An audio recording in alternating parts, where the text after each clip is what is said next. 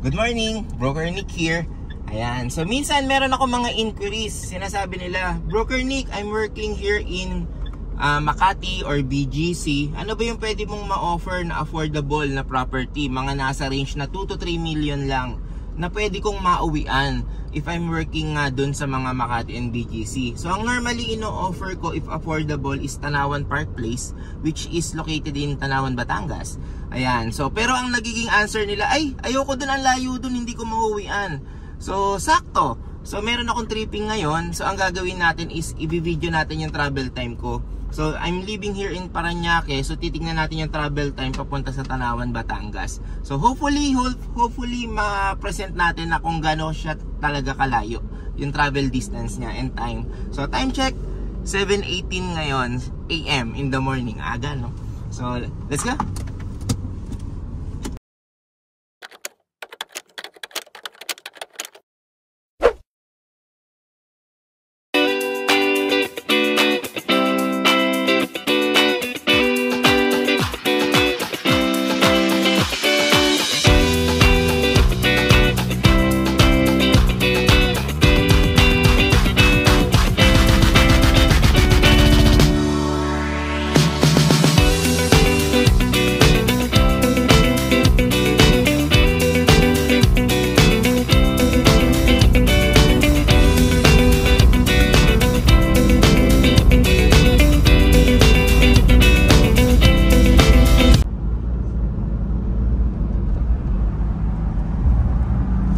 Emphasize ko lang, may mga ongoing na yung road widening project ng SLEX. Kasi ang target nila, kailangan nasa around 6 lanes, 5 to 6 lanes yung yung SLEX natin. Kasi marami na rin mga bubuksan na project ay na mga road projects na i-connect yung SLEX papunta sa Quezon Province. Ayan, kaya hindi na ganun ka-traffic masyado on a normal day. Except lang dun sa mga rush hour, syempre may mga konting build up. Thank you.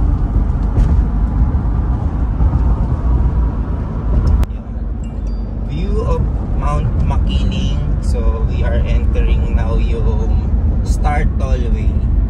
So we're here in Calamba, Laguna. Time check 7:46 AM.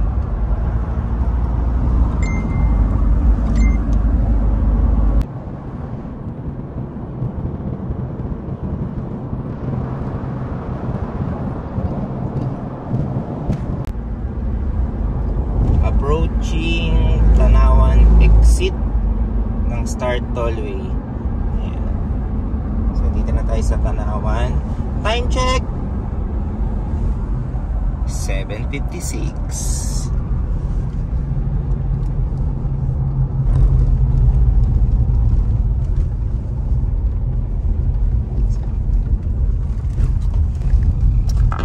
Ayun, we're here na. Dito na tayo sa Tanawan Park Place in Barangay Bagong Bayan, Tanawan, Batangas.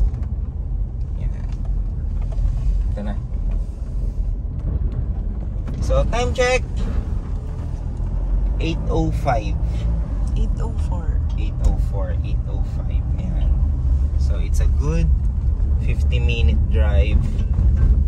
Kaya lang may magsasabi, Broker Nick, nakakotse ka kasi. So, if siguro kung mag-commute tayo, meron kasi mga straight na bus mula sa Buendia. Ayan. So, kaya sa Alabang. So, just the same, naman yun, dire-diretso din. So, siguro within 1 hour to 1.5 hour, makakarating ka dito. Ayan. So, thank you. It's 8:04. So, thank you so much. So maganda dito sa Tanawan Park Place kasi house and lot talaga yung mabibili mo. May mga dalawang parking, tapos pwede mo ma-extend. So compared sa urban area, kasi medyo pricey na talaga sa Metro Manila. So it's a good time to invest dito sa Tanawan Park Place. Doon sa mga succeeding videos, papakita ko naman kung ano yung mga house models nila.